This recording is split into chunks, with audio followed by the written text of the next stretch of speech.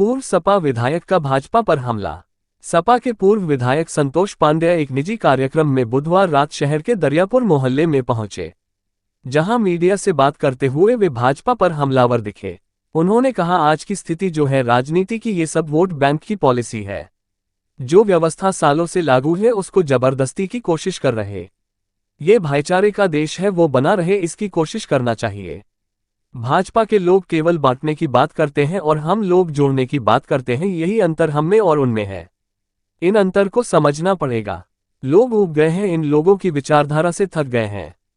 उन्होंने आगे कहा, आप देखिएगा लोकसभा में तो उत्तर प्रदेश ने इनको ठीक कर दिया था, थोड़ी सी कमी रह गई, नहीं तो सारी नशा सबकी उतर जाती।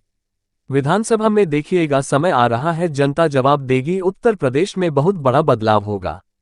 इस बार हम लोग 2/3 बहुत से आएंगे। उत्तर प्रदेश में भारतीय जनता पार्टी का इस बार कोई नाम लेवा नहीं होगा। पूर्व विधायक ने कहा, आज आप उत्तर प्रदेश के हालात देख रहे हैं।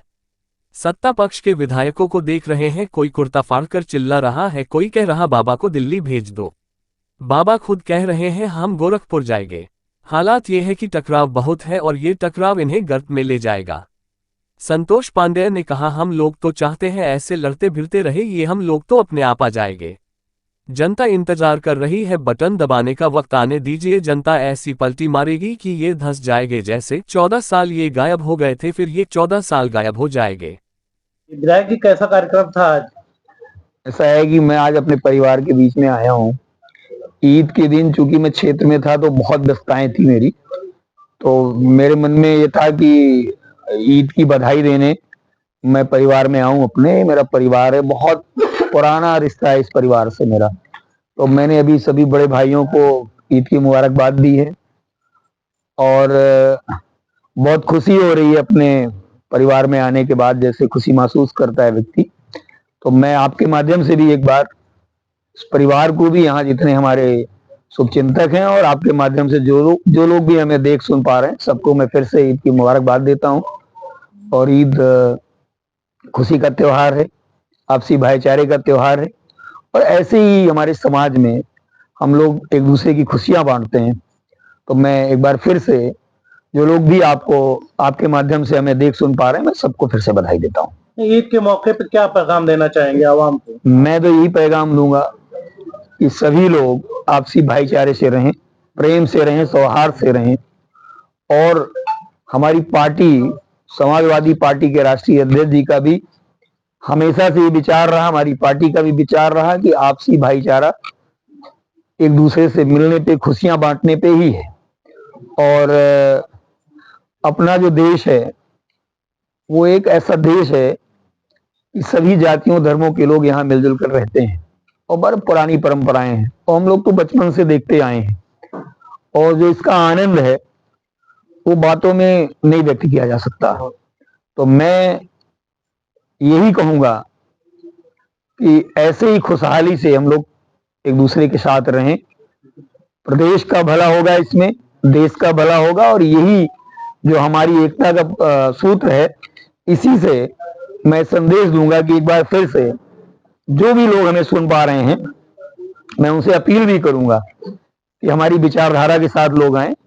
समाजवादी विचारधारा ही इस देश को तरक्की और खुशहाली के रास्ते पे ले जा सकता है। तो किस तरह दिखते हैं आप? देखिए, ऐसा है कि ये जो आज की स्थिति है राजनीति की, ये सब वोट बैंक की पॉलिसी है।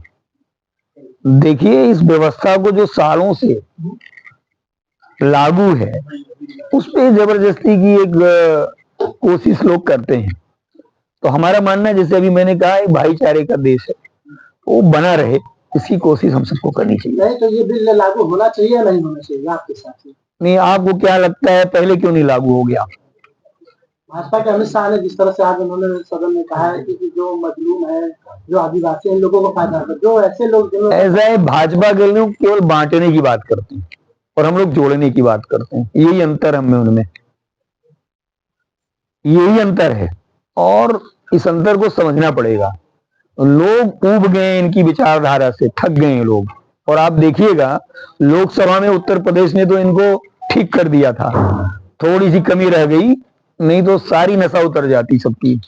और आप देखिएगा विधानसभा में समय आ रहा है, जनता जवाब देगी और उत्तर प्रदेश में बहुत बड़ा बदलाव होगा। क्या लगता है 27 में आप लोग आएंगे या एकदम सफा हो जाएंगे? ऐसा है, वो तो हमारी 37 सीट उत्तर प्रदेश में आ गई थी अभी 10 महीना पहले, तो जनता एकदम तैयार बैठी है। इस बार हम लोग 2/3 बहुमत से आएंगे और भारतीय जनता पार्टी का उत्तर प्रदेश में नामलेवा कोई नहीं होगा।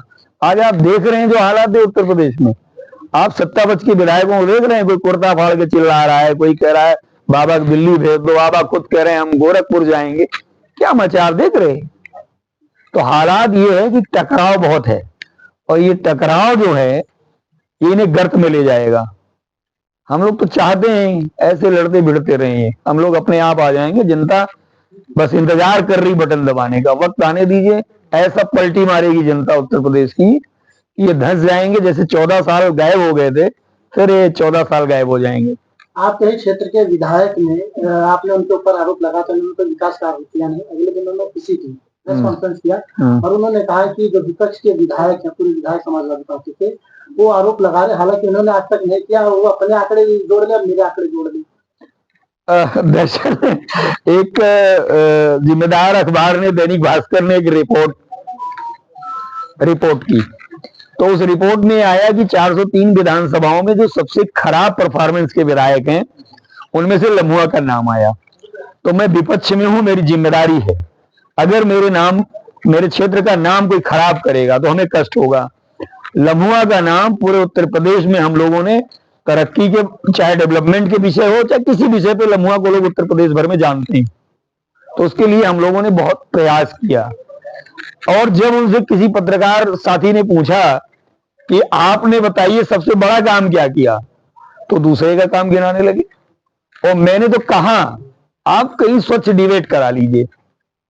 आप 8 साल से विधायक है, 3 साल हो गया लम्हुआ, 5 साल वहां, और दोनों क्षेत्र की जनता को बुला लीजिए, आप अपने समर्थकों को बुला लीजिए, हमारे सामने डिबेट करा के जवाब दीजिए, फैसला हो जाएगा ऑन स्पॉट। हमने क्या किया और उन्होंने क्या किया।